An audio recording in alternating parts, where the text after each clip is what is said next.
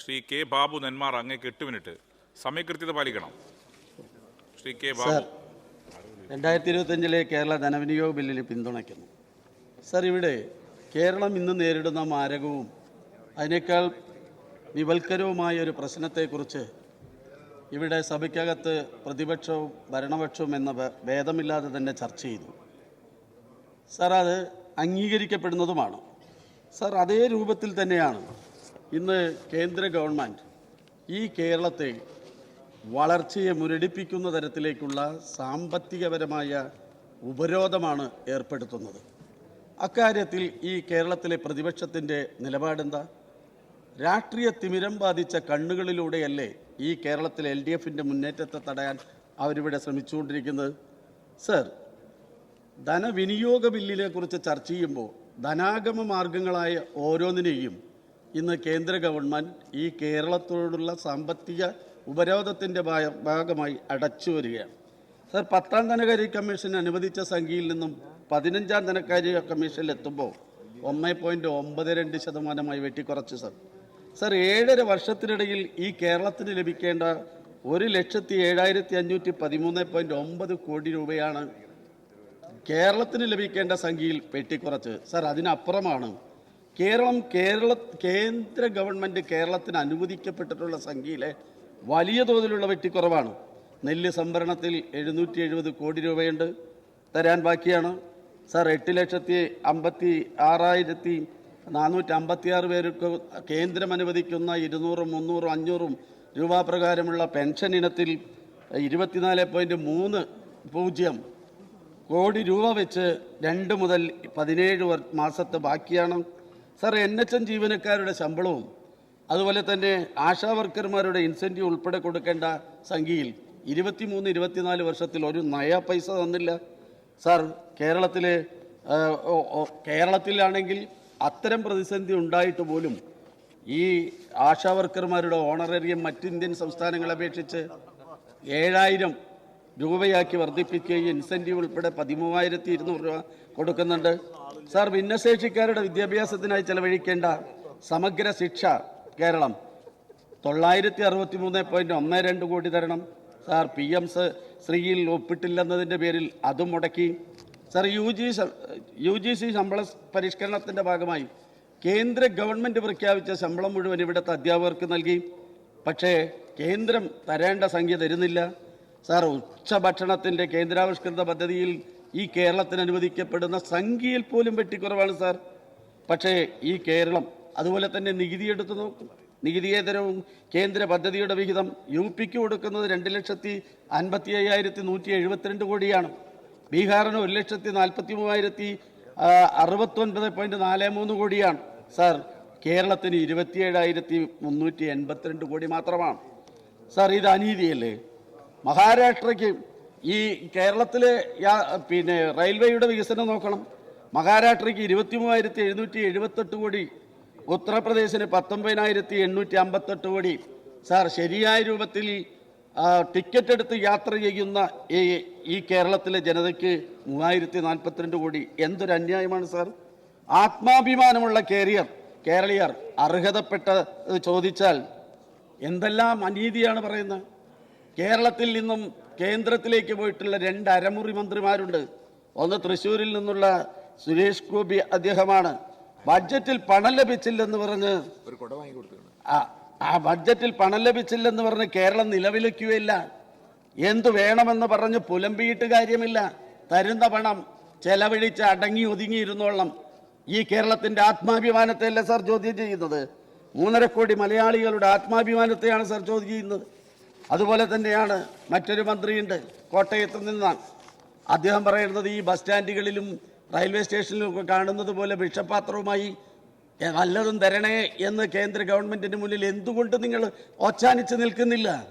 കേരളം തകർന്നടിഞ്ഞു പോയിരിക്കുന്നു എന്ന് പറഞ്ഞാൽ ആ തരാനുള്ള പൈസ നിങ്ങൾക്ക് തരുമല്ലോ എന്നതാണ് പറയുന്നത്. സാർ, ഇത് അഭിമാനബോധമുള്ള മലയാളികളെ ആരെങ്കിലും അനുവദിക്കുന്നതാണ് സാർ? സാർ, അതിനെതിരെ പ്രതികരിക്കാൻ ഈ കേരളത്തിലെ പ്രതിപക്ഷം തയ്യാറാവുന്നുണ്ടോ? ആ കേരളത്തിലെ പ്രതിപക്ഷം, അതിനിവിടെ ഒരു പ്രതിപക്ഷമുണ്ടോ എന്ന് നാട്ടുകാർ ചോദിക്കുകയാണ്. സാർ, മാപ്രകൾ നൽകുന്ന ജീവവായുവും അവരവരുടെ നവമാധ്യമത്തിലൂടെയുള്ള ജീവിക്കുന്ന പ്രതിപക്ഷവുമല്ലാതെ പ്രതികരണശേഷിയുള്ളൊരു പ്രതിപക്ഷം ഈ കേരളത്തിൽ നഷ്ടമായില്ലേ സാർ? സാർ, കേരളത്തെ അവഗണനയുടെ പടുകുഴിയിലാഴ്ത്തുമ്പോഴാണ് അടുത്ത മുഖ്യമന്ത്രിയെക്കുറിച്ച് ഇവിടെ പ്രതിപക്ഷം ചർച്ച ചെയ്യുന്നത്. സാർ, ഞങ്ങളുടെ നാട്ടിലൊരു ചൊല്ലുണ്ട്, പുതപ്പ് പൊള്ളാച്ചിയിലാണ്, പക്ഷെ ഇവിടെയാണ് കാലിട്ട് കീറുന്നത് പോലെ. അതാരുമാകട്ടെ, അവിടെയൊക്കെ ഇതുപോലെ പ്രതിപക്ഷത്തിരിക്കാൻ അടുത്ത തെരഞ്ഞെടുപ്പ് കഴിയുമ്പോൾ അവ ഉണ്ടായിരിക്കട്ടെ ഇത്രയെങ്കിലും എണ്ണം എന്നാണ് ഞങ്ങൾക്ക് അതിനെക്കുറിച്ച് പറയാനുള്ളത്. സാർ, കിബി വെന്റിലേറ്ററിൽ കിടക്കുന്നു, സ്വപ്നം, അതുപോലെ തന്നെ ഭരണഘടനാ വിരുദ്ധം, വെറും വെള്ളാന, വരുമാനമുണ്ടാക്കാത്ത മോഡൽ, സർക്കാരിൻ്റെ പട്ടുകോണം, ഇതല്ലേ കിബിയെക്കുറിച്ച് അധിക്ഷേപിച്ച് ഇപ്പോൾ അവരവർ പറയുന്നത് എന്താ? ഇത് ഇവിടെ ആരുടെയും ഔദാര്യോ കുടുംബസ്വത്തോ തറവാട്ട് മുതലല്ല എന്നാണ്. പക്ഷേ അന്തസ്സും അഭിമാനവും തറവാടിത്വമുള്ള LDF സർക്കാർ അനുവദിക്കുന്നതാണെന്ന് പറയാൻ എന്താ പ്രതിപക്ഷത്തിന് തയ്യാറാവത്ത്? സാർ, ഈ സഭയിൽ ആർട്ടിഫിഷ്യൽ ഇന്റലിജൻസുമായി ബന്ധപ്പെട്ട ഒരു ചർച്ചയുണ്ടായി.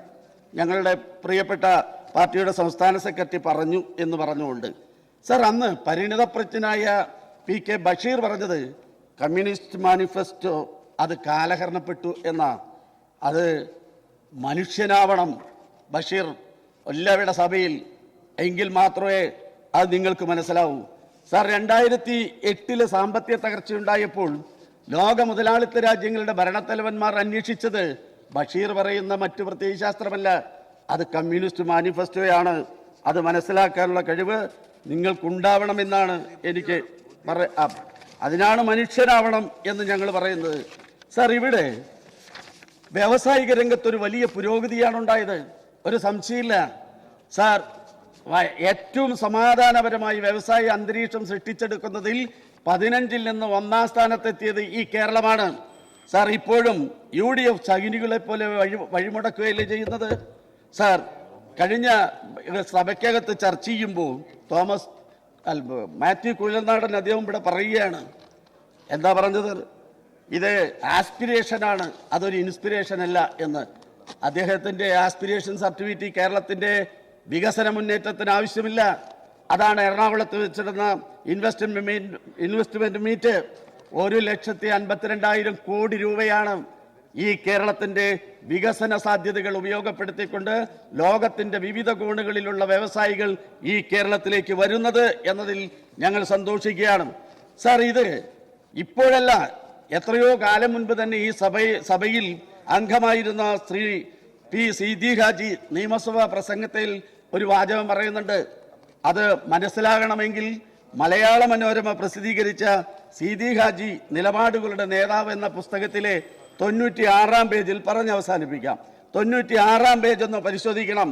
സാർ, മാർക്സിസ്റ്റ് പാർട്ടി നിങ്ങളൊരു 5 കൊല്ലത്തേക്ക് എവിടെയെങ്കിലും തപസ് പോകണം, എന്നിട്ട് ഞങ്ങൾ ഈ രാജ്യത്ത് വ്യവസായങ്ങളൊക്കെ ഉണ്ടാക്കി തൊഴിലാളികളെ ഒന്ന് നേരെയാക്കാം, അതിനു നിങ്ങൾക്ക് നേരമുണ്ടോ എന്നാണ് അദ്ദേഹം ഈ സഭയിൽ ചോദിച്ചത്. ആ മാർക്സിസ്റ്റ് പാർട്ടി ഭരിക്കുമ്പോഴാണ് ഈ കേരളം ലോകത്തെ നമ്പർ 1 സ്റ്റാർട്ടപ്പുകളിൽ ഒന്നായി മാറിയത്. അതുകൊണ്ട് തന്നെ അത് അംഗീകരിക്കാൻ ഇപ്പോഴും അവർ തയ്യാറാവുന്നില്ല. Please conclude. യെസ്, ഞാൻ അവസാനിപ്പിക്കുകയാണ്. സാർ, അതിന്റെ ചുവട് പിടിച്ചുകൊണ്ടാണ് അതിന്റെ ചുവട് പിടിച്ചുകൊണ്ടാണ് ഇപ്പോൾ DYFI ഇന്ത്യയിലെ യുവജന പ്രസ്ഥാനം മാവാസോ സ്റ്റാർട്ടപ്പ് ഫെസ്റ്റിവൽ സംഘടിപ്പിക്കുന്നത്. അതും മറ്റൊരു മാതൃകയാണ്. സാർ, ഈ കേരളത്തിന്റെ മുന്നേറ്റത്തിന് കേന്ദ്ര ഗവൺമെന്റ് ഇന്ന് അനുവർത്തിച്ചു വരുന്ന നയങ്ങൾക്കെതിരെ പ്രതികരിക്കാൻ ഈ പ്രതിപക്ഷം കൂടെ ഒന്നിച്ചു നിൽക്കണം എന്ന അഭ്യർത്ഥനയോടുകൂടി ഞാൻ അവസാനിപ്പിക്കും.